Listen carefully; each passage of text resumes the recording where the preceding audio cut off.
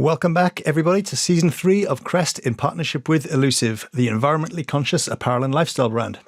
To kick off the year, Tom and I visited Langland Board Riders, the first stop in our project to get around the major surf clubs of Wales.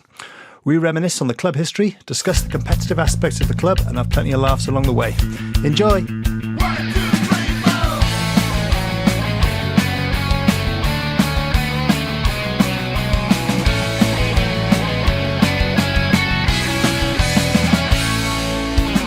We are here in the Lifeguard Tower of Langland Bay with 5 legends of the LBR, the first of a project to get around the major surf clubs of Wales. In the next hour, we'll hear about the history of Langland Board Riders, their best tales, and probe their chances of retaining the interclub title if it runs as planned next weekend.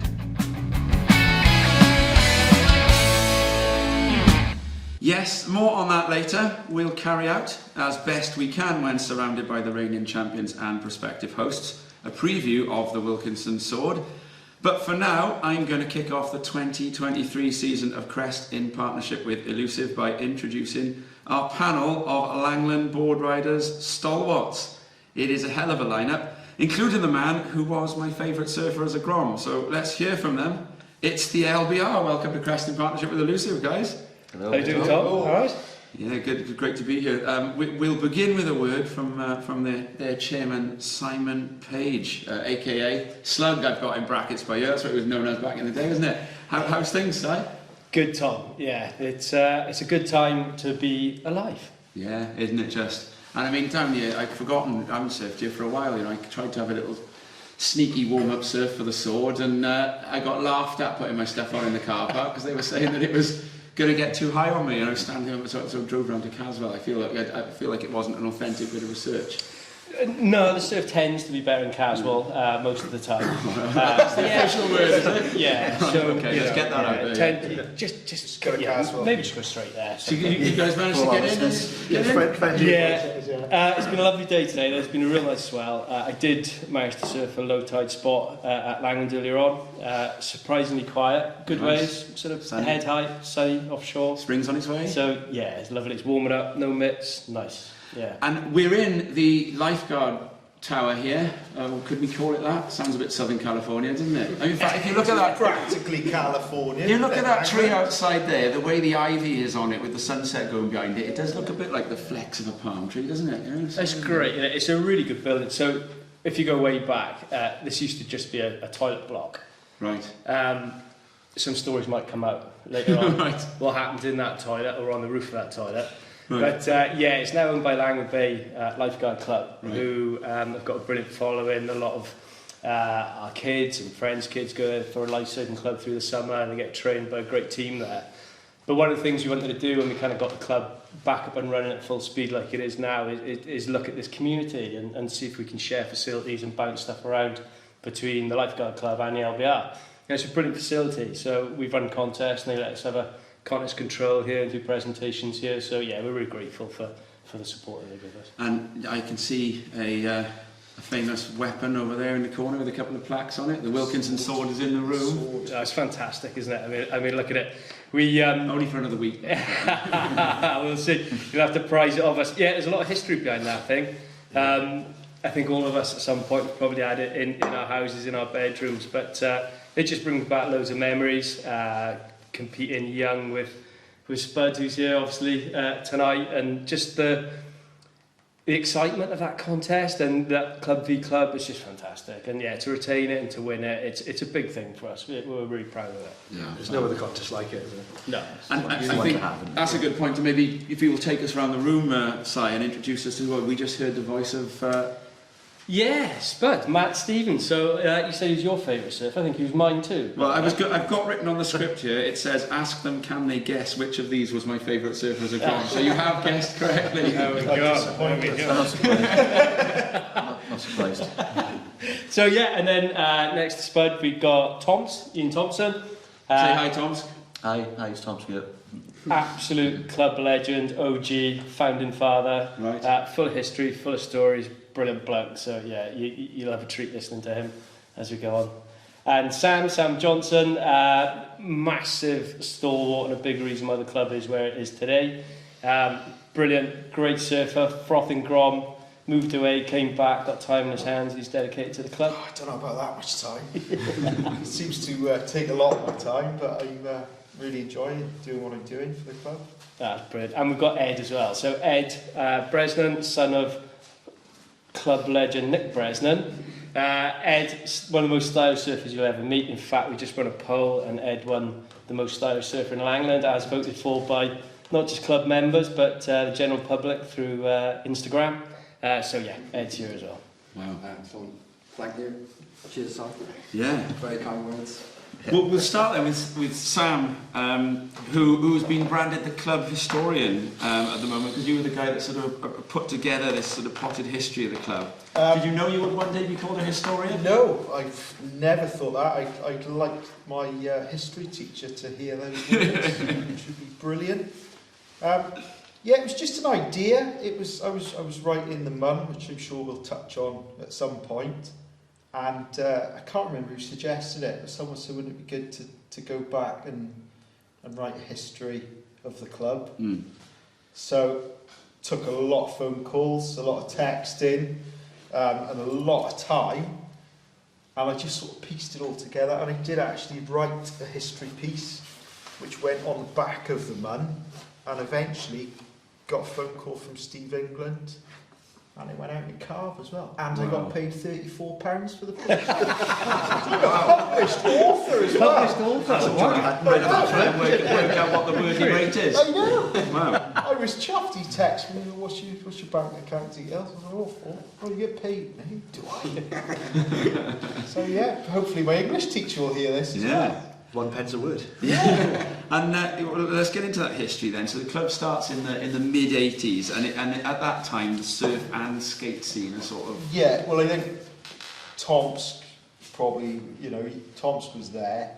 I think the main sort of surf club at the time was the Gower Bays, and it was a lot of old school sort of people, and the younger crew were into their skating a bit more, and they wanted skating stuff. And they wanted ramps, and ramps were built in various locations around Langland, and I think Tomsk and the boys broke off to make their own surf club, hence why it's called the Board Riders, because it's about just riding boards rather than surfboards. So what came first for you, Tomsk, surf or skate? I was in the Galbays club. It was a cadet. It was the sort of section I was in at the time, that's what we called it. I had people like Dave Fryer and Nigel Scottsey and Roaring heading the club up. They used to enter the Wilkinson Swords, but we never really had the best team of the talent that was in Langland. Right. You always just say, oh, could you imagine we had so-and-so in the team as well, we'd be killing it. So that was that. At the same time, we were always on the beach skating, whether there was surf or not. And we used to build ramps up on the cliff above Rotherslade. Right. So we had different ramps up there for about 2 or 3 years. And Carwyn and Di Simpson built the first one. And Carwyn had a rule, don't build the ramp bigger than the trees, because we'll get busted. Oh, right. So that was it. It was like he'd go away for the winter and then he'd come back and he'd be like, you built it bigger.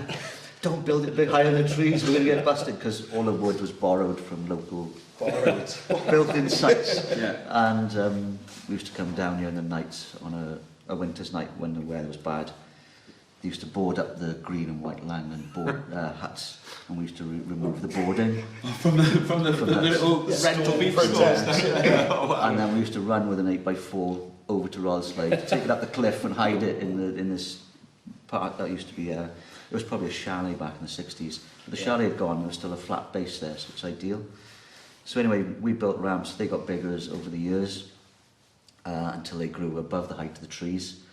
The council obviously were wondering where all their wood had disappeared to. They built a really nice fence behind what was by the Surfside Cafe. There was a really nice fence there. Well, that disappeared one winter. And we ended up building, because skateboarding was evolving as well in the early 80s. It was breaking away from surfing, and obviously tricks were evolving. So we built, what was going to be a really nice ramp with a flat bottom and proper transitions. But obviously this ramp was getting quite tall. And I was at the left, actually surfing at the left, and I could see a load of people walking down to Rotherslade in high vis. I'm thinking, Uh-oh. that's it. I think we've been rumbled. So that was it. But what happened then was there was a big bag of there was a jiffy bag at the ramp full of nails. But it had my name and address on it. So when the police busted it, it didn't take them long. So Sunday morning, I had a police car outside the house, the police were there. I had to go down to the police station with my father. How old were you at this point then, Tom? I was probably about 15. Oh, wow. My mum went crazy. It wasn't about the stealing the wood, borrowing the wood. It was the fact that the neighbours would have seen a police car outside the house. So she was like, "You idiot! What have you done?" Shame upon us. But anyway, Of course, you've made yourself a hero in the skate scene, which is far more important, isn't it? Well, she might look back at it today, but so anyway, I got to the police station. They sort of read the riot act, as in, what are you doing? But then what they said was, we can't believe how well built the ramp was. We couldn't believe what we found up on the cliff. Well, what's going on? And I said, well, there's a big skate scene, but we've got nowhere to go and skate. So what came of that is I had to go back down the police station later in the week, and they said, look, we've spoken to the council, and to work with the council, you need to form a club. Ah, right, okay. So that's kind of it. So we had to work with the council to get a skate facility. We had to form a club. So it was all the same boys who surfed and skated. So like I was saying to Slag earlier, it probably took about 2 years for this to happen. But because of the skaters and the surfers, we formed Langland Board Riders, which incorporated both, formats.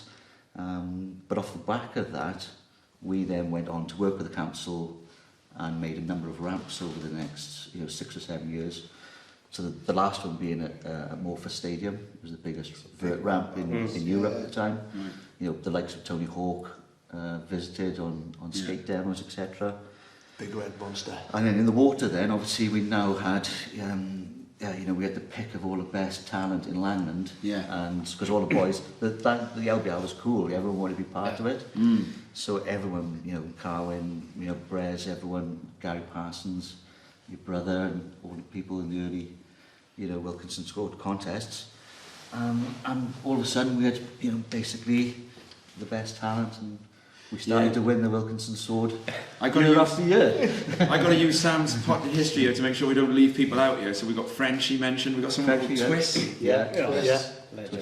Skin. So everyone's going by nicknames here. Yeah. Tomsk, of course. No, How Skin was brothers? very influential in the forming the club and then working with the council throughout all the ramps, Right. etc. Yeah. And there's a mention about Arwen Davis here. Is that the Arwen Davis? No, it's a different It's a different Arwen Arwen Davis. Well, no, it's the Arwen Davis. It's the Arwen, isn't it? It's Langland Arwen Davis. Yeah, right. Arwen won the Welsh actually in surfing, but then he went on to be He's a mega talent. An actor. Pobblacum. He's coming down Really? tomorrow. Actually. Insane surfer, skater, incredible.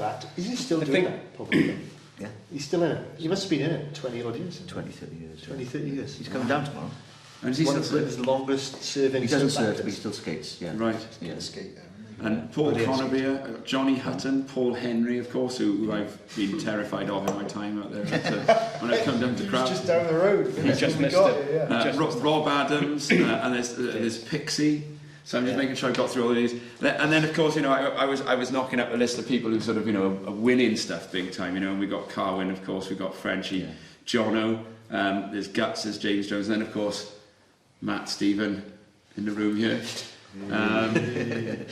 And so you were sort of one of the, Carwyn was away often, and you were kind of the one of the sort of, what would you call it, like the torchbearer for the standard of surfing down here. Do you like being described that way? That's fine. I mean, Carwyn was the main guy, but when I was just sort of coming into that age of the LBR, basically, because I was there from the beginning as well, Carwyn was off chasing the professional dream, so he wasn't here. Yeah. So I was, for a few years, I was probably the flag bearer for the surfers of Langland for sure. And Did you ever think about going pro? yeah, but it was hard to leave Neptune's, a local nightclub. Yeah, it did cross my mind a few times, but I could kind of see that it was a lot of money and effort to make not a lot of money, and it just seemed like too much of a grind. Yeah. And I probably realised quite quickly that it wasn't really ever going to be good enough to make a living out of it, so I would just be chasing the dream around. But that was it was a hell of a dream. Carmen did it for years, but wasn't quite for me. For a long time, you were the only person to have won the Open and the Juniors at the Welsh, weren't you? Yeah, and then it's been done twice in the last couple of years, isn't it? I think so. Yeah. It took a while for something. Took a long time, yeah. Yeah, although I think by people from Cornwall on both occasions, isn't it? Or has Pat done it? Pat's done it. Right, so it's Pat, and then it's Rhys Barfield as well, isn't it? Yeah. That's right.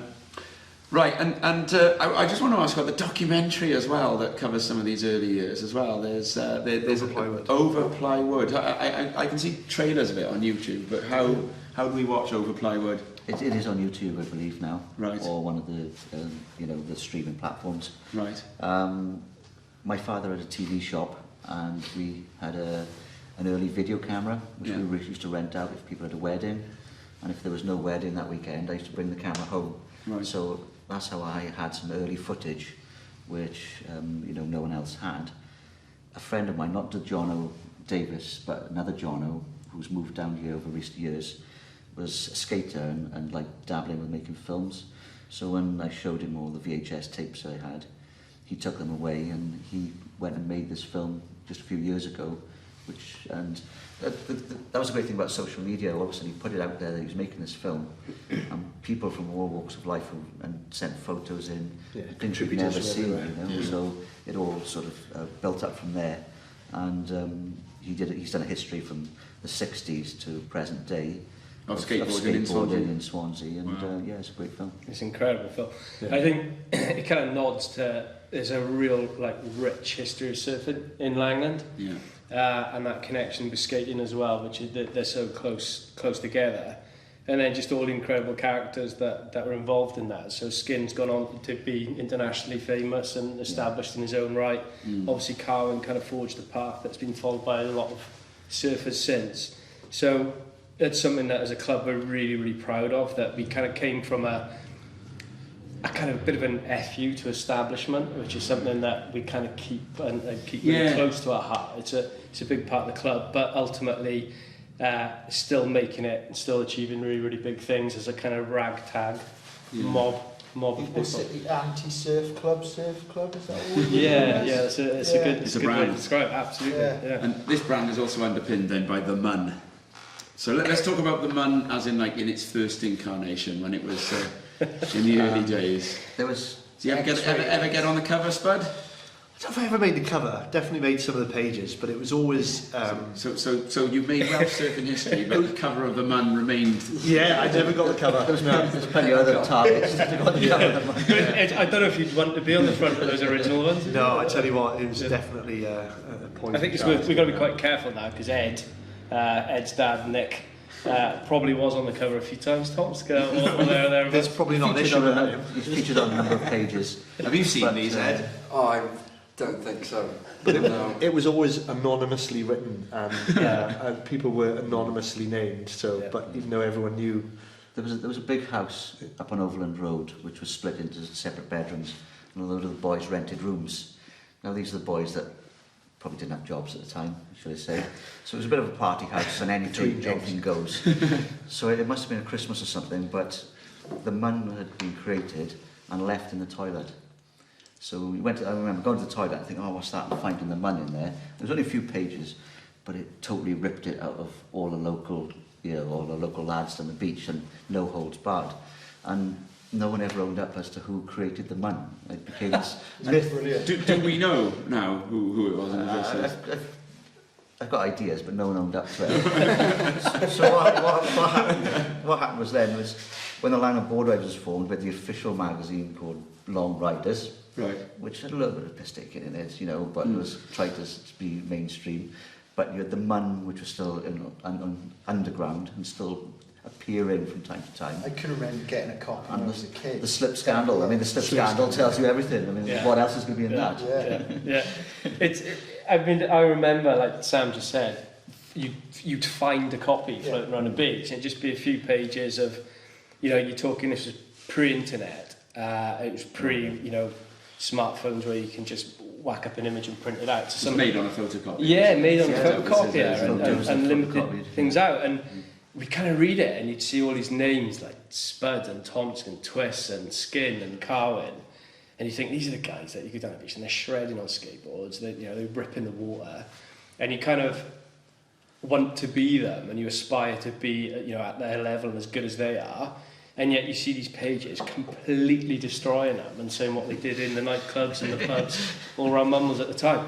And you would just sit there thinking, I'd love to be in this. I would love for them to notice me growing up. It's like you said, at your age, you didn't understand some Didn't understand it, didn't get it. Didn't know what was going on. But younger. It was kind of like inside jokes. And so we didn't really get it. And then it kind of evolved. And then Nick Swinnerton, a very, very, very good friend of mine, most people know him, we grew up together, brilliant surfer, did really well. He had an accident one night, and me and Spud, it just turns out Spud was with him. Define accident. So you might be able to tell you the story. Well, there was a local nightclub since long gone, Cinderellas, and we all had most of the Langland Board Riders go there every Friday night, and there was ways to get in without paying, and they involved a bit of Absolutely. there was a lot of different ways, but this one particular way was a bit SAS, and it involved a bit of climbing over roofs, ducking into alleys and getting into the back patio part. Along that sort of cliff bit, was it? And then sneaking in when the bouncers weren't looking. Yeah. But the very first part of it, we had to jump, you had to climb over a fence on the top of a cliff, get to a little precipice, and then jump onto the slate tile roof of the bar that was next door to Cinderella's. And that first jump was a little bit hairy, and then you had to run across and quickly duck into the alley before anyone could see you. So I was with him and showing him that this is the way to do it. And so I said, right, you jump there. So I showed him, jumped, and then ran across. And you have to kind of do it quite quickly. So I'd done my bit and got in, no Swinno. And I later found out that what had happened is he made the jump, then had a bit of a stumble, got his lace or shoe or something caught in some guttering, basically went backwards, but didn't fall right to the floor, luckily, because it could have been really hurt. And just sort of poleaxed straight through a stained glass window. That was and he was just sort of dangling there. And he got helped down, and he was a bit concussed and groggy and everything like that. And skint, because he's got to pay for a new stained glass window. And skint, well, his parents had to eventually. Yeah, they did. But one of the best things about it for me was that he'd obviously had a bit of an accident and everything like that, but the bouncers knew what we were up to.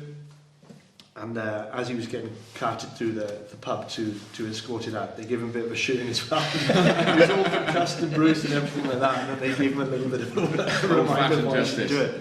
And meanwhile, I was in there. I'd made it to the can bar and had a few cans and just was asked, where is he? Yeah. But in, find out to the day after. And in classic LBR fashion, a mun sprung up a couple of weeks later, and Nick had made the cover under the headline "Fiddler on the Roof." And it was just fantastic. And he was. So that's how you make the cover. Oh, just great. Yeah. And I remember sitting there, Nick. I went to go and see him because he's my best mate, and he was like this really old dude. He had a dressing gown on, was using a walking stick to walk. He's pretty smashed up. And we gave him this copy of the Mun, and we were just in bitch and hysterics reading it. And of course, he couldn't laugh because of his broken ribs. But there was a note written on it from Johnny Hutton, who is I might get a bit emotional now, who we lost him last year, but he kept the club financially going and in spirit through much of the 90s. And he'd written a really lovely note to Nick saying, look, keep your head in check. You've made the big time on the cover of the Mun, but there's still a long way for you to go. But it was lovely, and it was great. And it was, I think, what Johnny was doing in his kind of sensitive style was there's this whole article really taking the pee out of Nick, and he was just sort of making sure Nick was okay because he was still quite young. So he had this kind of, he was looking out for him as well. But it was a lovely touch. But hilarious reading it. Yeah, absolutely hilarious. So say in jokes, all in jokes, Yeah, all in good fun. Yeah, Yeah. It's a good fun read. But no subject was off limits. And now, of course, it's been resurrected. And that's by you, is it, Sam? Yeah, I was in the LBR growing up. remember seeing you at comps and stuff. Yeah. And then I decided to, well, my family decided, we buggered off to Fort Ventura. I've seen you there as well. We've served together, haven't we? Together there, yeah. And 10 years out there, came back, sort of just carried on surfing Langland like nothing had changed. I didn't really know the club was going through much of the difficulties that it was.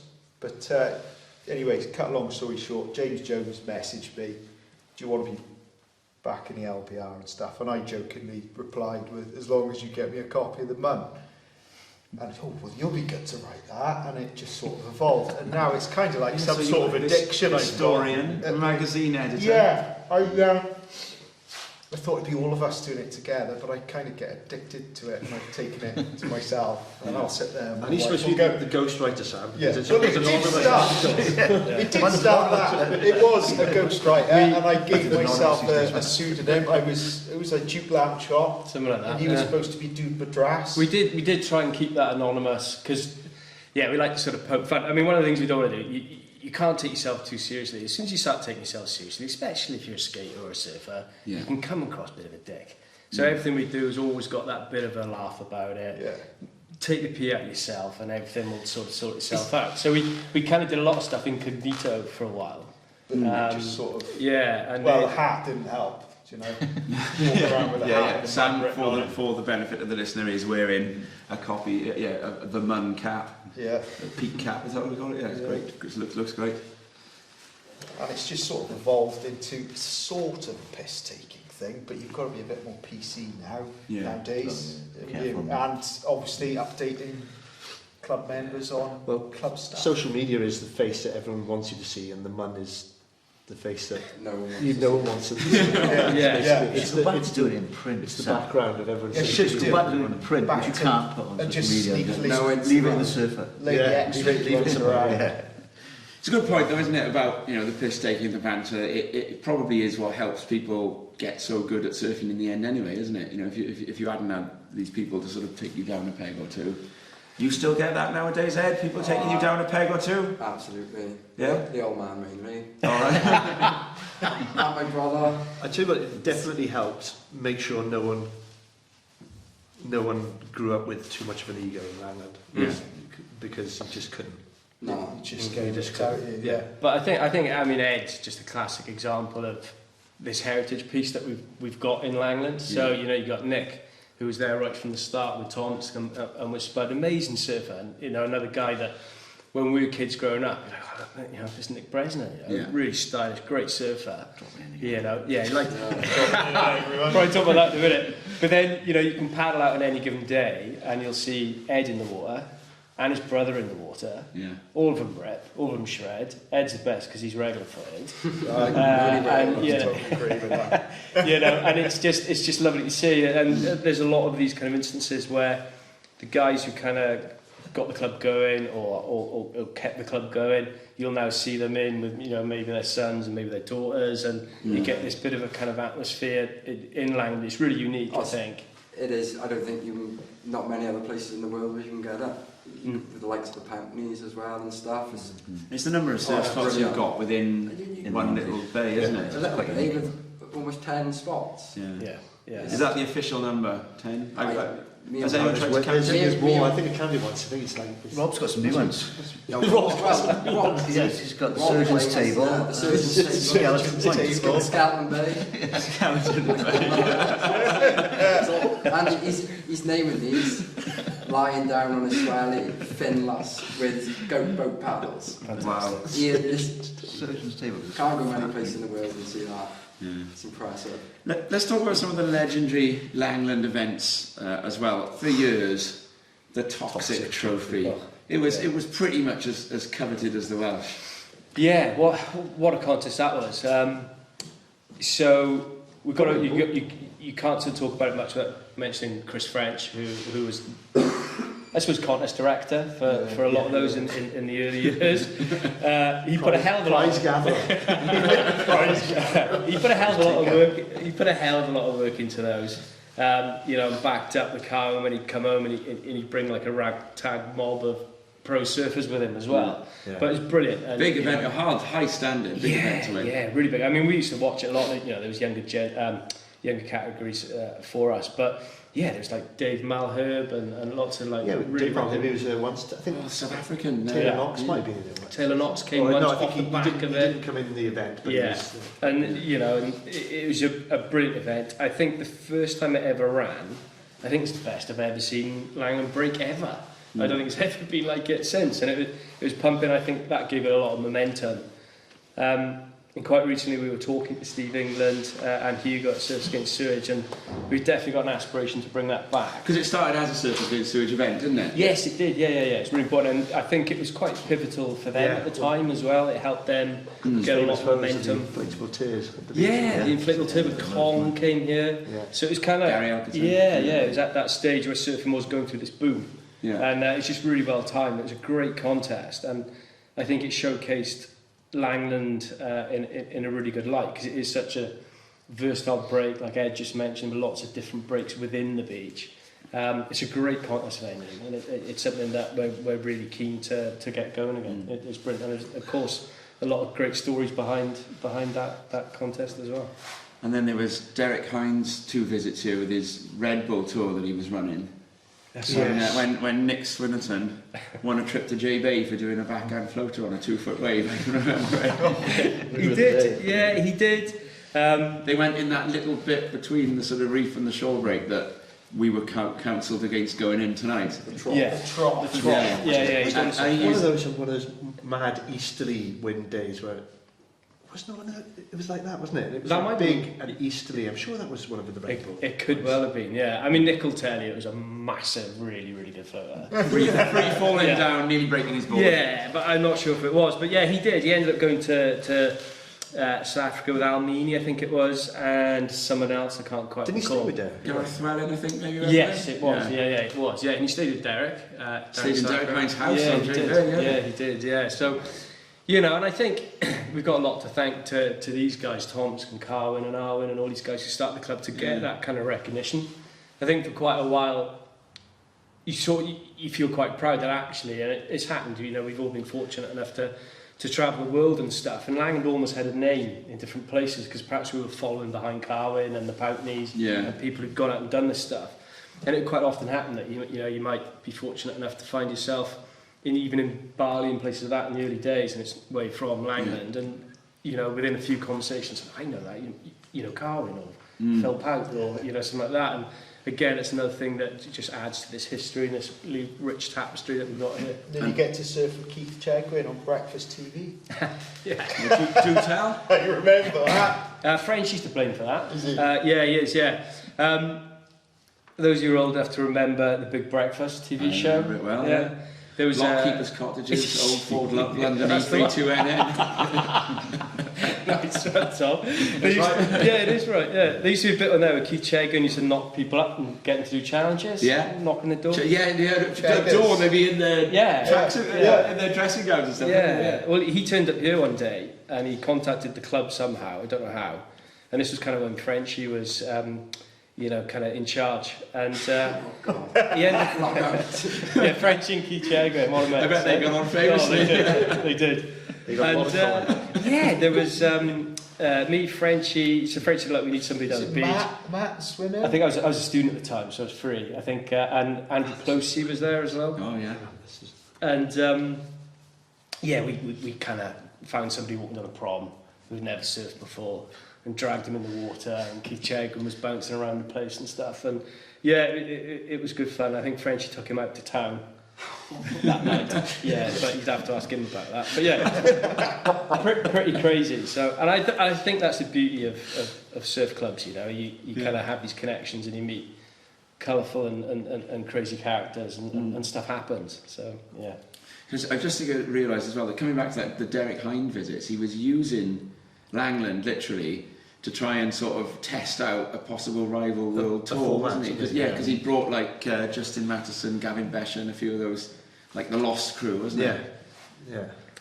Yeah, he was. Yeah, I mean, he's always been a visionary, that guy. And it's something, in a way, I don't know whether it inspired us, but some of the events, like one of the big things that we want to do as a club is to, we polled all our members, and you've got a lot of people who are into competing, the idea of competing, but they might ride alternative craft. And, you know, it's like Ed, you'll see Ed on one of his kind of, you know, mid-lengths and fish shapes, and, you know, six-tailed longfish, or something that's easy to catch waves on.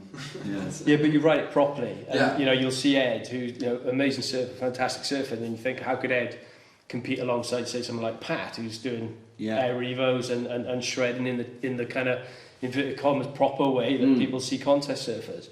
So we were really keen to kind of find a format that can enable that. So Sam came up with a seeded option. Seeded open. And it was really successful. As much as I could. We had to just have it as a club member contest. I mean, it was a lot of interest. It's a lot of interest in it. Yeah.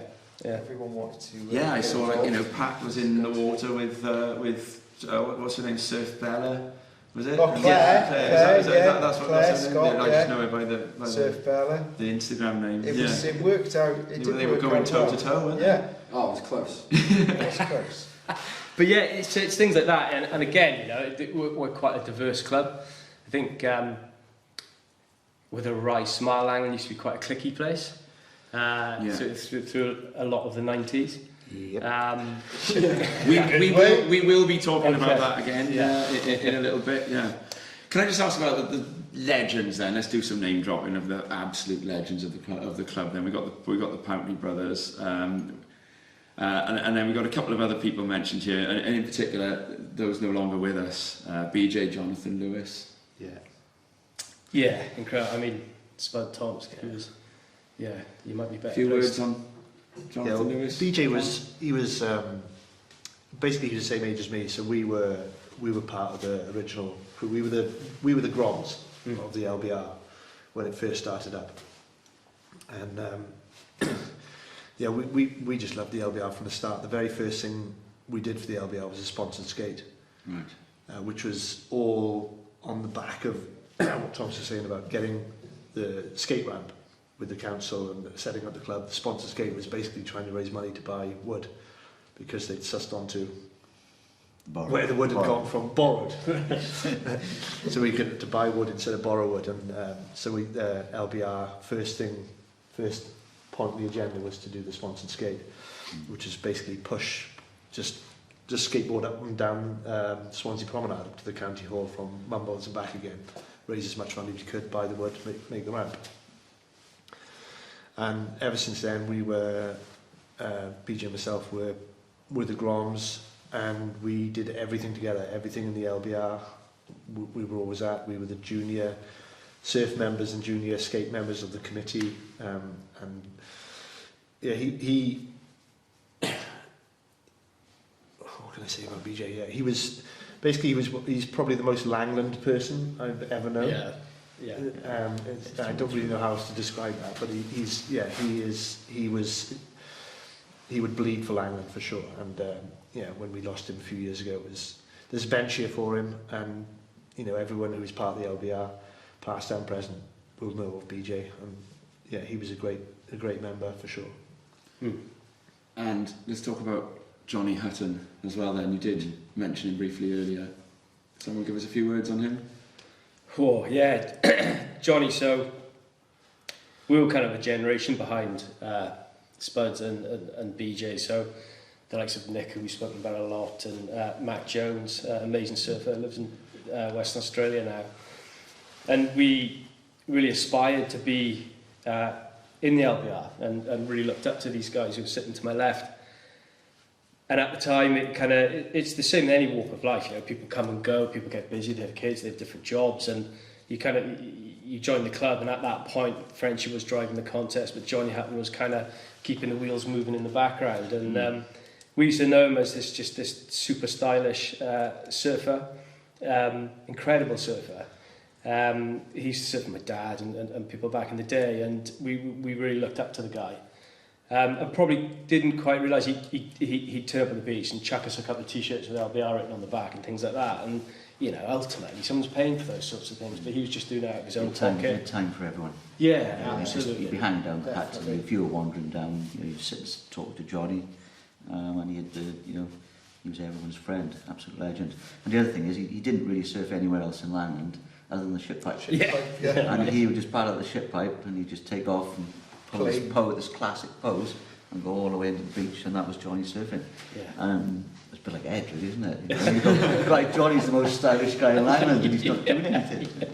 Absolutely. Yeah. But yeah, his own way of doing it. He did, didn't he? Yeah, he's just a total gentleman, and He took a lot of people under his wing, didn't he? Do you know what I mean? He was the glue behind the club for years, though. It could have, nearly did fall apart. A lot of times if it wasn't for Johnny, because the LBR has been disorganised chaos since the beginning, but there's always been and needed someone to kind of hold it together.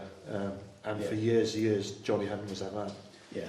And now there's an award named after him. Yeah, so when the club started together, the pace that it's got now and the membership that it's got now, we really wanted to kind of sort of mark Johnny and the impact that he had on the club. So we spoke to his brother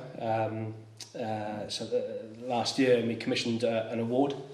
So it's the Johnny Hutton Award, and it's something that we're going to give to somebody every year. And they don't have to be a club member, it's just somebody who's contributed to this unique society as skaters and surfers that we've all got. They could be doing something for the environment, or they could be just doing something in the community that really makes a difference to everybody. So with Rob, Johnny's brother's blessing, we commissioned the award. And at our last contest, we actually awarded it to Sam because of the work as our club historian has done in the background. A picture of in the background to get the club to where it is now, and it was only fitting to a award beautiful trophy. Wow, yeah. Made out of driftwood, and it's actually got like an engraving of Johnny. Yeah, it's actually Johnny in it. Yeah. So the turnout for the paddle out in the summer Incredible. just said it all really. We did a I've never seen paddle out anything for like him. that in Langland. Yeah, it's And that pretty was emotional. And that was kind of, it was on, it was off, it was on, it was off. So a lot of people, typical. it would have been even The amount bigger. of people made the effort, Yeah. people haven't seen for ages. But yeah, so to Mark's legacy, that will go to somebody every year. Yeah. Every So September. you wanted this year? There's I did. anyone else in the frame? Yeah, there was. I mean, a lot of discussion. There must have been some discussion behind the scenes without me. 'Cause yeah, we had a bit of ended up with bit of a panel, and we wanted to get Rob's involvement in it as well. But Alice Barton, who I think is a very popular name, everybody knows who she is, and we're really fortunate to have Alice call Langland her home break, because she's just a phenomenal surfer, phenomenal athlete, and she's a brilliant young lady. Works hard for where she's going. She's driven, and I just think she's an inspiration for anyone of any age who stands on any kind of board. The amount of work that she puts into it, and yeah, she was definitely in the running. And it's funny you mention Alice, actually, because we spoke to her just before she went away on WQS duty, and I tell you what, producer Dodd is giving the signal that he's queuing that up. We'll have a listen to what she said. Yeah, definitely in the water, having a surf, hence the wet hair. Nice. And in Langland? Yeah, Langland. And that's a really important place to you then, because that is where you first started surfing, pushed into waves by your father in the corner of the bay. Yeah, Langland was a great place to learn to surf, and it's a great place to progress in surfing. And yeah, all the people there, and it's a great vibe. Everyone's pushing you all the time. And how quickly in that process did you realise, hang on, this is something that I'm going to be taking really seriously? Well, I definitely think for a while I was just I'm absolutely rubbish at this. Pat used to call me the ultimate kook, and yeah, I was proper beginner surfer. Yeah. And then I just did it for a little while when I was about 13, 14, and I was on a foam board. And I started to try my dad's old hardboards. He had a Weber or something, and I was like, okay, I'll give this a go, see what it's like. I was rubbish, couldn't even paddle at all. So he ended up pushing me into a lot of my waves. And then from there, I kind of I wanted to just get better, because I was I want to be better than my dad and whatnot. So I was literally driven to just try and get better. And the more I did, the more I included myself in Langland and the different places in Langland, the more experience I got. And And then also in Langland, there's obviously a lot of experienced surfers. So I went to my first competition, which was the Welsh, and I think I came like 5th at 5 girls. Right. But getting experience like that, it was like... It's got to be done though, isn't it? It was really good, yeah. It made me like... I was like, oh, I'm quite enjoying this. This is like a really exciting thing, and it gets your adrenaline up, and it's really good fun. So yeah, I really enjoy it. And if you can enjoy going down to Freshie to come 5th out of 5 girls, then like it's onwards and upwards from there, isn't it? Yeah. Exactly. And I mean, you know, to put this in context, I was commentating at the Boardmasters last summer when you did something unprecedented in British surfing, which was to win both the juniors and the Open at the same time. So you've come a long way since then. Now, let's talk briefly about people who've helped push you along there from within that Langland community. You mentioned Pat. We're talking proper like playground sniping then, when Pat's calling you like, you know, the ultimate kook and stuff like that. This is when your little kids like saying cruel things to each other behind your parents' backs, is it? And your brother is very important as well, Elliot. Yeah, definitely. Elliot's like a great role model for me, really, because he's always pushing me to do better in surfing, and he's really come a long way. And he actually started surfing before me, but gave it up and was like, no, I'm not doing that. But as soon as I got into it, he came back, and he's got really, like, his technique has improved so much over the past year. It's ridiculous. He's like doing big airs now. He's copying Pat. Copying Pat. Yeah. There we go. Yeah, it's a pretty good place to start. Now, LBR, though, they're telling me, right, you know, we've had plenty of Pat on this show, and you know, they're telling me you're not available at the time of our recording with the main panel, that you are Langland's hot up and coming surfer, that you're the first name that came off Simon Page's tongue as we were going there. LBR, tell me about Langland Board Riders and what it means to you as a club then. Langland Board Riders is really cool. I mean, for ages, I was like, when I was the newbie and learning to surf, there would always be a group of like really cool people hanging out at Langland and just having like a really good time. And I was like, oh, that's really cool. And I think a lot of people notice it down Langland, that there's like, you know, this just great group of people that love surfing. So I think it's just a really fun like thing to be a part of, and everyone's so just positive in it, and everyone's out there to just, you know, catch waves. You obviously get your days where people are like, you know, this is my wave, back off, but it's good fun. It's a great like team to be a part of. You'll be doing that as well in a couple of years' time. I already do, don't worry, I have my day. Good. To Pat, hopefully. Oh yeah, definitely. And I loved this when we were sound checking. We were talking about key rivals, and I loved this answer. You know, who is your key rival in Langland, or your main sort of inspiration and person you want to keep up with and getting one up on? Pat, always Pat. Yeah, Pat definitely is the guy to, you know, put your standards up against. But I think he's a good role model for everyone in Langland. That he's really respected, and what he did in the Azores last year was really, really something to be proud of. So yeah, I mean, he's great. He's easy to wind up as well, so it's great. But for you, right? For you, with an air game yourself, with, you know, a really, really good surfing on rail, you know, with great competitive results of late, and all of the stuff together, you must be watching that Azores run that he went on, and you must be thinking something very different to the rest of us, because we're watching it and going, yeah, great, good for you. But you're watching it and thinking, it's my turn next. Definitely. There's that. I mean, when I actually went to the Azores, and it was an experience for me, because I really realized what I need to really push myself in. But yeah, it's something that I'm like, you know, this next contest, like Israel and the upcoming QS events, I really want to just push myself and get to the quarters, get to the semis and finals in the QSs, because, you know, it's something that I really want to get to. So yeah, it would be nice to do that this year. So yeah. And are you using specific targets then? So are you talking about specific rounds you want to get to, or an actual ranking that you're looking to get this year? Yeah, so I think definitely making quarters, semis and finals in QSs is good results, and something that's really, really valued as a young surfer at the moment. And then obviously just moving on with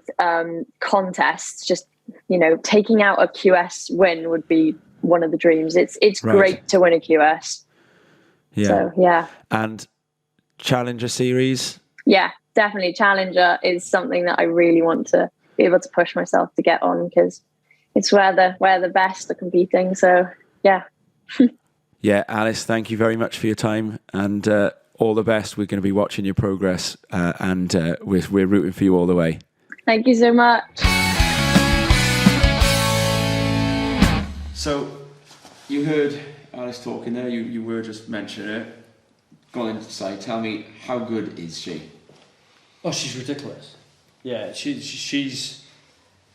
You know, it's quite easy to say, and it's quite a difficult thing to say. People say, "Oh, she's good for a girl." Actually, park that, scratch that. Well, as you heard her saying, you know, she sees Pat as a. She's an incredible surfer. When we did the seeded open, we had little sort of side awards, didn't we?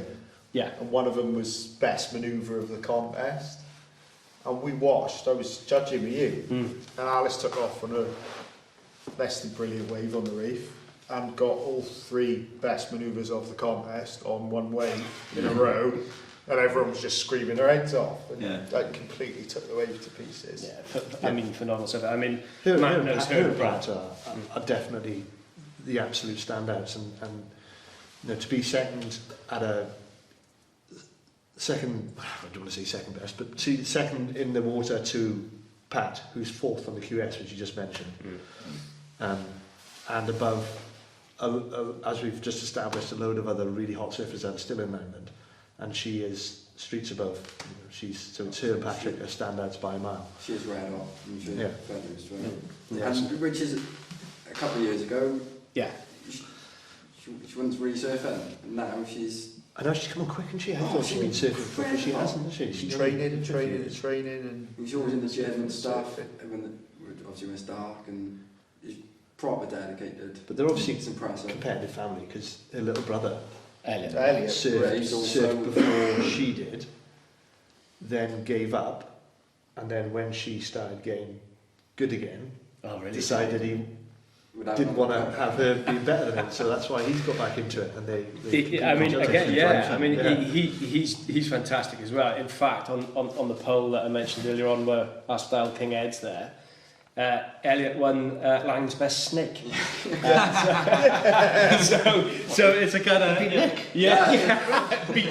Ed's dad. He did get a lot of votes actually. I'm sure he did. Langland's dropping.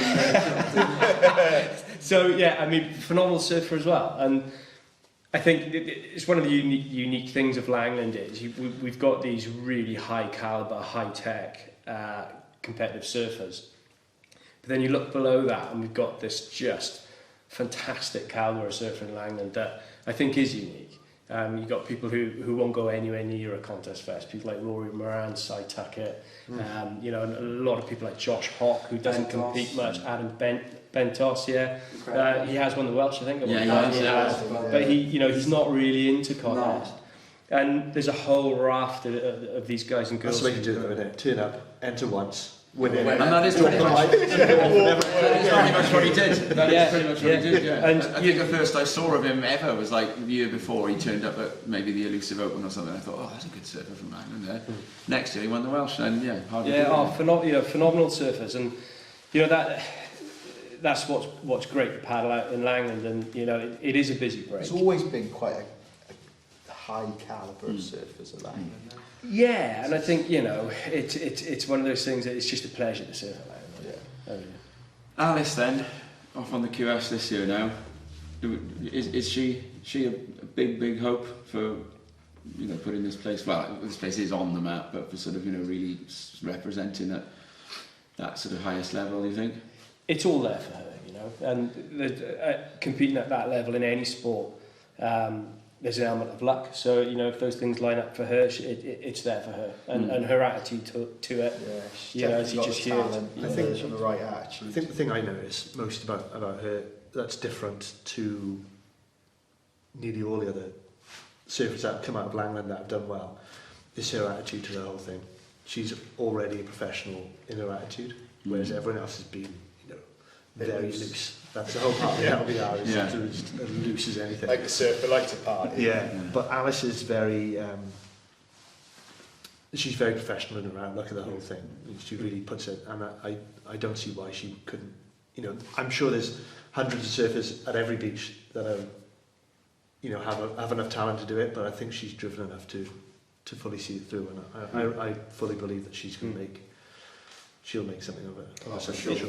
In fact, this will kind of show you the kind of level that she's at. I got through the LBR Instagram account earlier on, we got tagged where there was a school event, some school in Swansea today, where kids could go to school dressed as a Welsh hero, and a lady tagged us saying their daughter had gone as Alice.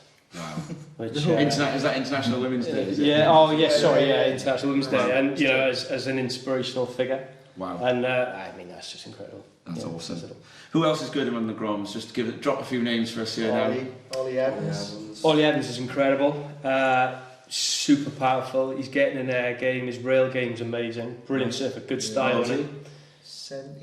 Yeah, round about that. He's big, lanky, goofy footer. Right. Yeah, he's a brilliant surfer. Yeah, he is very, very good. Looking down younger than that?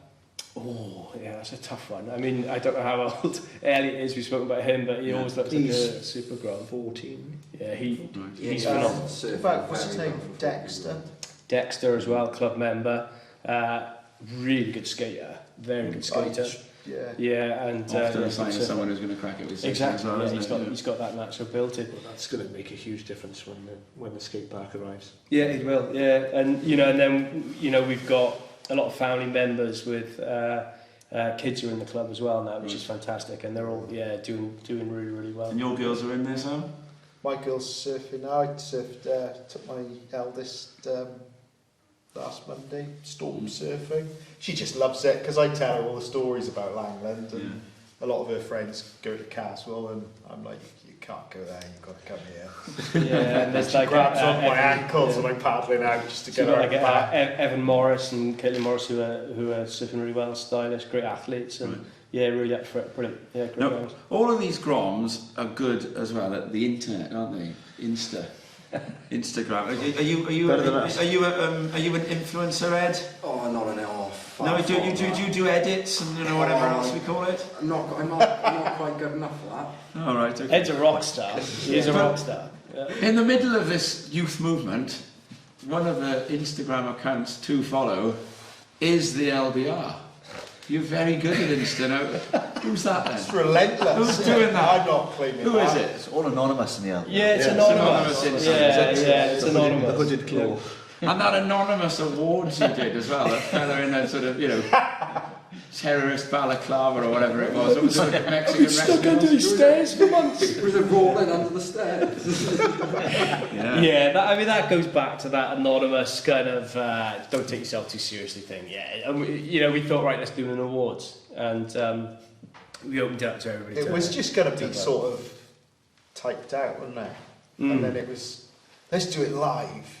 What do you mean, like, get some masks and stuff? I can remember I fully took it seriously. I set up a green screen and everything. Edited, London studios. Where'd you get all the green from? A big green blanket. In the background, wow. Yeah. So it works then, does it? It did work, yeah. As long as you get the right shade of green. But yeah, we kind of saw it as an extension of the mun. Everybody's the mun goes digital. I'm going to push you boys on this a little bit now, right? Because it's a big change of tack, though, isn't it? You used to be very exclusive. You were talking about being edgy, being cliquey, and then now, the Instagram account has got that kind of vibe to it. You sort of think, oh gosh, whoever's running this Instagram account, I'm a bit kind of scared of them, because it's got that kind of anarchic humour, hasn't it? But it is a much more inclusive vibe now. It's been a bit of a battle. I'm going to test the boundaries of this now, right? I wouldn't say the LBR has ever been exclusive, though. It was just so loosely organised that it was hard to get in because there was no one to ask how to get in. I'm going to push this now, right? I live in Plymouth and I come here and I'm a student and I decide I want to join LBR. Caswell's around the corner. That's what you just said, isn't it? Yeah. What happens? There's a pecking order. You never find the right person to ask to join because it's too anonymous. I'll be dropping it on you on the reef. You've got to find Kaiser Soze. Because you've got a fine tradition of localism here, haven't you? Yeah, look, we do. 70s was bad. Yeah, the 70s was bad, the 80s was bad, you know, the 90s was bad as well. And, you know, it just, look, surfing and, you know, skating and I guess surfing we're talking about in the localism, because I don't think you'd find it in skating in Tomsk. No, it's really complete opposite. Yeah, complete opposite. Yeah. But in a certain sense, I mean, surfing's just perhaps one of the best things any human being can do, just up in the sea and riding waves is just incredible. So of course it's going to attract people left, right and centre, and localism is a really sort of tricky subject to talk about without really coming across as a bit of an idiot really. But you know, we're proud of our beach and it is busy and we welcome everybody and I think people should surf and people should surf everywhere, but it gets to a point where you can look at Langland any given day and it's packed, it's really, really busy, it's a busy beach. And it's a bit dangerous, you know, and what we did with our members, and we'll welcome any members, you know, it's just people who put the time in the water is important. But we kind of surveyed them as they joined, and everybody who joins the club kind of agrees that, you know, we should champion good behaviour in the water. Yeah, but from etiquette, from an etiquette, from a safety point of view, because it's not like I learned from Spud and BJ and Carlin and Gareth Williams and the like that if we went to serve somebody somewhere else, so this would be us, say, perhaps getting in a van with Rob Poughton, who used to give us lifts, and French used to give us, Spud, he took me to a certain secret spot down Pembroke, and we would even paddle out one at a time. Back in those days, we wouldn't just all pile in the water. So it's these little things, and the more popular something gets, some of these kind of inverted commas rules might get eroded a little bit. Yeah. But we're certainly not the police, we're certainly not violent, we're certainly, you know, aren't active in that sense of a localism, some people can see it. You know, we welcome all members, and I personally think everybody should surf. You get a lot out of it. But unfortunately, it's so busy. It's only a matter of time until accidents happen, and they do happen. Yeah. To be honest, it's safety of everybody, which is why most of the localism, or whatever you want to call it, has happened in the past. Is because we're probably the closest beach in the UK to a big city. It's a city beach break, I think, isn't it? Yeah, and there's not many. If you think about it in the UK, there's not many. And the beach is, 500 yards long. The tide moves 10 metres, and there are rocks everywhere. Yeah. There's rip tides, rip currents everywhere. And there's a lot of different breaks, probably, I can't remember, counting off the top of my head. 10, I reckon 10, I think. 10's the official number, isn't it? 10 plus. 10 plus. New one. So at any time there can be a lot of surfers in the water, and there's a lot of different breaks. And a lot of the supposed localism or heavy locals usually is people saying you shouldn't really be there, or you're not in the right place, or because they're going to get dragged in the rip, they're going to hit the rocks. It's more about safety than anything. Obviously there's localism for you're in my way or you're taking my wave, but a lot of it, I mean, I lose count of how many times surfers have had to save people on foamies or swimming, caught in the rip every summer, multiple times every summer. Really? Yeah, in the rips, so it's, you know, it's not an easy beach to surf. It's a great beach to surf, but it's not an easy beach to surf. You have to spend some time here and get to know it. And a lot of the localism parts are more from just trying to make sure that everybody knows what they're doing. Some of those surf spots are, you know, quite tough to figure out. You know, I remember coming down here, playing the idiot in my 20s with Isaac Kibblewhite and Ben Selway behind the lens. We're like, right, we're going to go and get our shot now, right? And I took off on a left out there, on the left. And it was like a kind of a sort of, it bottomed out from under me and I kind of free fell down and landed. And then as I got to the bottom of the wave, I just smashed into someone who I just dropped in on. And it was your dad.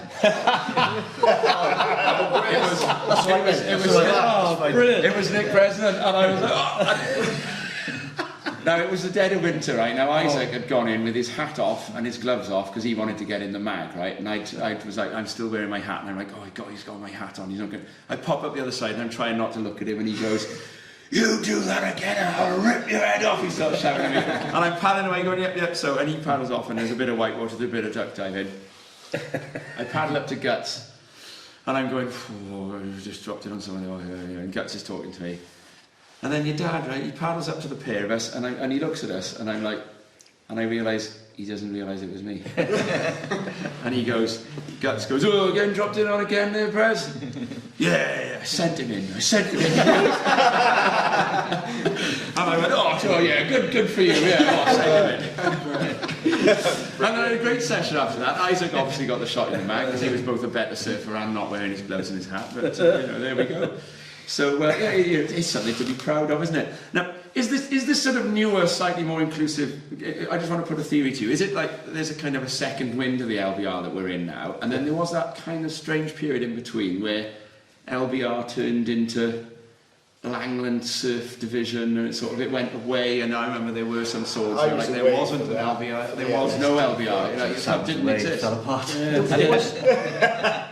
There was a gap, I think. I mean, what happens with a lot of things like that is that the generation of people that started it, and then there was the Groms. When they all grow up, there is quite often a gap, and that's basically what has happened. There's a gap, even though it's a lot of the older crew that have come back and started again. But there was a generation gap where there was Langland kind of, I wouldn't say lost its identity, but it wasn't the same vibe for a few years. There wasn't the same.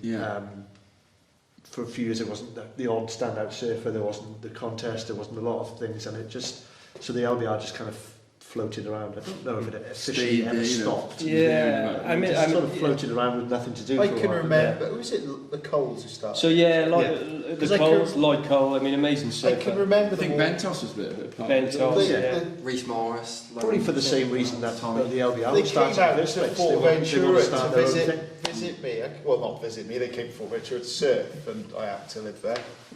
But I can remember him saying, LBR was old news, LSD, that's what you want. And I was like, well, I'm never leaving the LBR, what you want about? And I can remember I used to write LBR by board in Sharpie, because they never had any stickers. And I you remember. Yeah. But yeah, the boys, so I think it was a generation thing, and the brilliant surfers, like, you see Lloyd, an incredible surfer, he could win contests with a drop of a hat still. And his brother James, and as we mentioned, a few other Side Tucket and a few of the lads, they just wanted to do their own thing. Brilliant, But the club started to pick up again, and we've got to say a big mention to Will Pountney, son of Rob Pountney, who put a lot of effort in and to get the club going as well. Brilliant surfer in his own right. James was and more recently Nathaniel as well. So Nathaniel kept it going and kept it ticking over. So it's a big kind of tip of the hat and a nod to head. But now then, this strong club now, we're here, we're in this building overlooking the beach, it's a club that's kind of learned, it's had all those different phases, but it's still got its character. Yeah, and that's a big thing, we still have this kind of, we like the idea of being a little bit spiky. A lot of the characters are still here. Yeah, a lot of the characters are still here, and still involved. And a lot of the new characters are the kids of the old characters. Exactly. And you are the reigning holders of the sword. It's here in the room. So, let's talk Wilkinson Sword. He cut himself on that before we came in here. Is that what it was? I genuinely cut myself on the sword this evening. Yeah. Wow. Well, I mean, the sword, massive history. I mean, Matt and Tomsk, you guys were probably there from when it first came. First came to LBR anyway, for sure. I think the Wilkinson Sword has been going longer than that. I'm not sure when it first started, but I just like the odd sort of 3 years that it's just... that was a bit cocky with it. There's three different, for the benefit of the listener, there are 3 shields on it, an L in one, a B in one, so whoever, you also didn't engrave it for a couple of years. Oh no, you engraved it in advance, did you? Yeah, we were just confident. It's been engraved. Confident. So instead of doing Langland Board Riders on, because each one you're supposed to put the club in the year. Yeah. And we got to one stage, and we were so confident that we were going to win each year. We said, well, let's just do. What producer Dodd's going to go and have a look and tell us what dates those are. Those 3 years. I think there's 2 just LBRs. Probably late 80s, 6 years of. I distinctly remember a conversation with Carwin, and he was saying, "Look, we will definitely have enough shields on this trophy to write Langland Board Riders." So I don't know how many wins in a row that would have to be, but. Yeah, it does mean a lot to the club. The 3 that are in a little triangle shape, top right, that's L, B and R, isn't it? What years were they that they did it as L, B and... 2018, 19 and 20. Oh, they've done it. No, they've got an L, a B, and an R on it, haven't they? Yeah, long time before. Spud's gone over as well. Is it? We did it before that. I think it was done way back in the 80s and 90s. On the other side. The other side, I can see them. Yeah. Right, here we go. 1991 and 92. There you go. That's the late 80s. I was thinking 90s. 1991 and 92. But yeah, it's a fabulous thing, and yeah, it means a lot to us. And you know, at some point, I remember my older brother being part of the team that won it one year, and he'd have it in his bedroom for a long time, and it would kind of journey its way around the club members. And especially lack of Welsh custom. Yeah, there is. Yeah. But yeah, it means a lot to us, and yeah, of course, it's coming up very soon. You and confident of retaining it? Yes, yeah. We are. Is this a hard place to come and win? Yeah. It is with the localism. For sure. I mean, yeah, it is because you know the tides move a lot and there's so many different breaks. So and you've got the crowds contender, because one thing about Langland is they don't get out of the water for anyone. No. I remember when the Toxic Trophy was here one year. We had heats in crowd. I remember with pro surfers, big time pro tour surfers, and they had to watch out for Henry. And no one would get out of the water to run the heat with everyone else still in the water. And no, I don't think I've ever seen that anywhere else. Yeah. But yeah, so yeah, we're confident. Who's in your team that we've got to watch? Well, we're keeping that under wraps. Do you pick it through a little event, or do you sort of, do people get annoyed and say, right, that's it, I'm not surfing again? Is it a difficult political thing? It's kind of like passed on, isn't it? We've all been in the team, and I think you just sort of. I think everyone wants the club to win it, so it'll quite happily go down onto the next. You don't get any of that trouble then, do you? With sort of people miffed that they're not in the team. No, well, not for years it was usually whoever turned up first. Yeah, which was and it was usually only just barely enough numbers to do it. Yeah, true. How many times did we try to go down to Croy to the Interclub? Yeah, and failed. Yeah. I remember once I rented a car. It's a hard event, that. Remember? I rented a car. Yeah. And we run around the night before, the 2 nights before, whatever, to get a team together to go to the Interclubs in Croyd. And I got to Langland Corner, so we were picking everyone up at Langland Corner. And it was getting a bit later, and it was going to be tight, and didn't think we had enough members, and I think there were waves at Langland, wasn't there? And we just went, something. This is going into the bay. We got phone calls later on. Where are you guys? We had a bit of a problem with the car. But I think just as a concept, that interclub contest is brilliant. It's really good for surfing, and you get that bit of banter with yourselves whilst coaching, the other clubs. So there I think are no other clubs. But so it's got a great heritage, and it's just brilliant. It's a good fun contest, to be fair. Well, it's unique because everyone gets the same go. Everyone's got one heat only to surf, so everyone gets a chance to win. There's no progression or lack of participation. Everyone is worth the same as everyone else when they go on water. So you guys are staying tight-lipped then about your who's in your team and who are the ones to watch. We've obviously been talking about who's surfing well around you at the moment.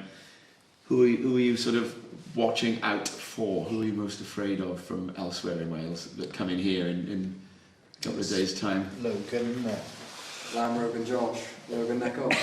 Well, we give Slate over because he's in Portugal. He's not far. He was going to come over. Yeah, he was going to come over.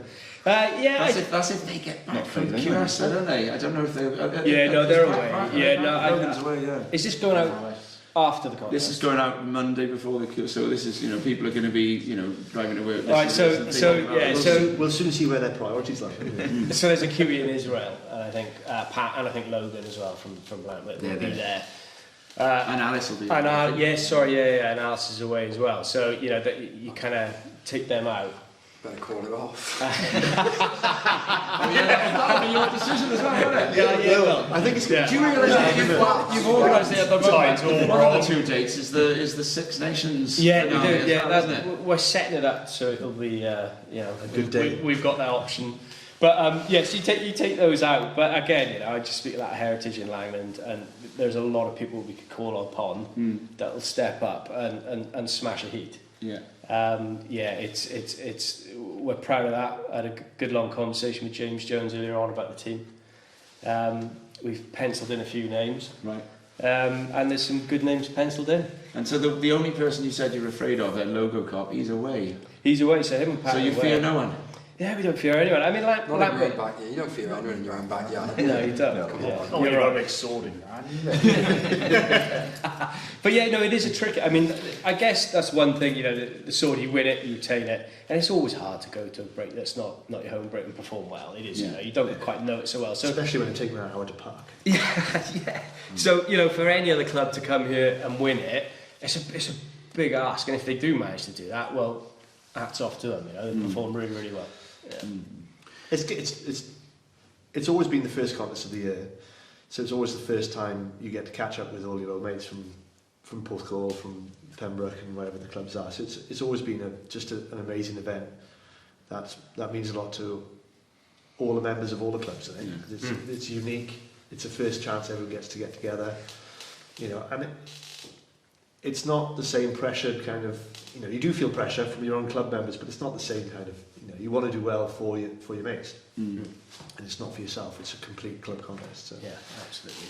Yeah.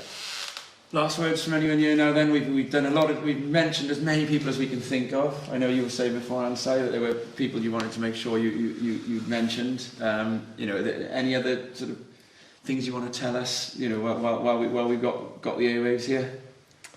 Well, who wants to go first? Where do you start? I mean, I just want to thank all our members. You know, COVID's been hard over the last, obviously, for everybody, but, you know, we were trying to put on events, so Ed's in a fantastic band with other club members who are doing really, really well. What are we called? Gonhill, named after West Cross Estate. How's that spelled then? Gonhill. Gonhill. Yeah. As 2 words or just Gonhill? Just one word. Gonhill. Yeah. But, you know, fantastic band. I mean, you played in Green Man since those Green Man last summer. So, you know, and What do you play? Bass. Oh, What about the rhythm? we'll have a chat with producer Dodd after the show now. You'll talk music all night. so the lads in the band, you know, they were up for doing a gig for club members and things like that. But COVID put a spanner in that. But yeah, the members are brilliant. We've got a lot more members than we used to have. Really great people, brilliant characters.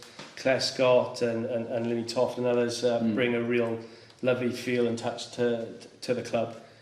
Families, Justin Morrison family, and other people in the Trying club. to keep people, I don't want to say entertained, but do you know, if you're a club member, Feel part of it. I feel that we've got to give to the members like we do with the Instagram series.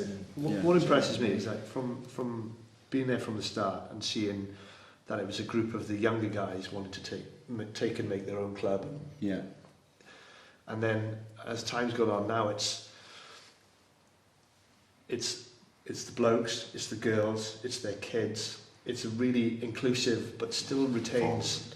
It's still the LBR at heart, and it's still the same vibe. Even though, you know, when you look at it on the face of it, there was teenagers and young 20-year-old skate punks wanted to make a skate ramp. That was what LBR started with, and it was all about being as disorganised and chaotic as possible. But we still managed to retain that. I say we. You guys have still managed to retain that sort of soul of what the LBR is, and it's a family club now. It is, yeah. It's I'm like just custodians, as they say. You know, it's going to keep on evolving and keep on growing. And yeah, we've got some great groms and people coming up to Circle Langland. So yeah, long may we last, and long may we reign with that sword as champions. I think. No comment. Guys, thank you so much. Producer Dodd and I have felt a rare welcome this afternoon, even though we did get banished round to Caswell. I expect heckling and hassling as soon as I return here in a few days' time in the jersey for Welsh Coast. All being well, we are hoping on supporting a stream for at least some of that event, so keep an eye on ours, Camera Anchor and the WSF social medias to find out where to watch it.